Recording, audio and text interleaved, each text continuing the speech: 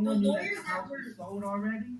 Yeah, the lawyers that were involved in my case, they're the ones who helped me to get the house back. They're the ones that represented me for the 3 trials and for the appellate case where the guy tried to undo it. So everybody was involved. We actually thought everything was completely over. Like it was like I was like, yes, finally I won. I thought my life was gonna get back, normal.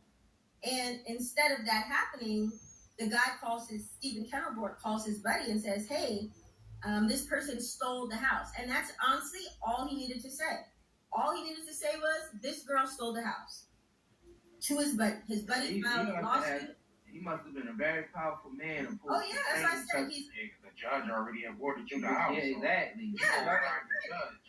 For him to be able to get you in jail, that's a very powerful person. Very powerful. Very powerful. So he puts me in jail, right? So while I'm in jail, this is something that, I hope nobody ever has to go through this. But if you're listening, when a judge puts you in jail, you can't go to any court. So what he did was he basically put me in jail, said I wasn't a citizen.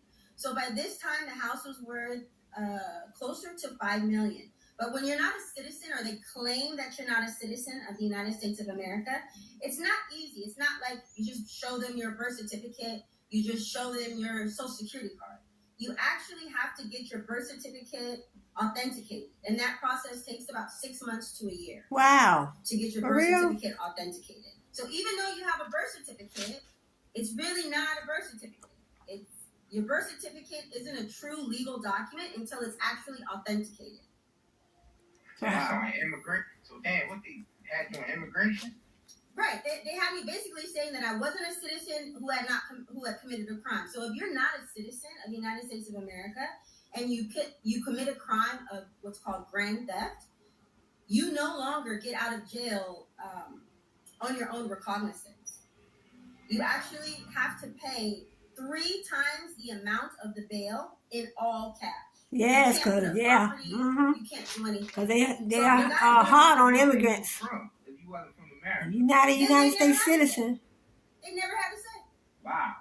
Yeah. That is some crazy shit. That's crazy as hell. That's something we all need to worry about. This is what white people have been, doing the whole entire time. I don't know.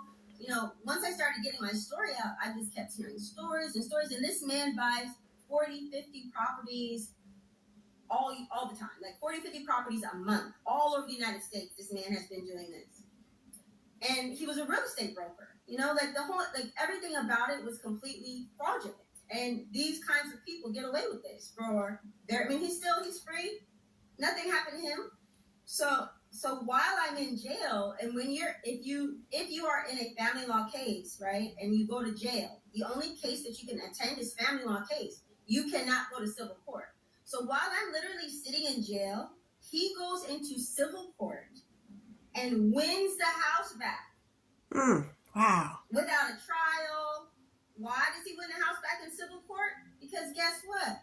I'm in jail and I can't do anything. I have to sit there in jail. I can't even respond. I can't do anything. When you're in jail, you lose all your rights. You can't respond to any sort of civil lawsuit. You still have your human rights while you're in jail? I would hope you would. Immigration,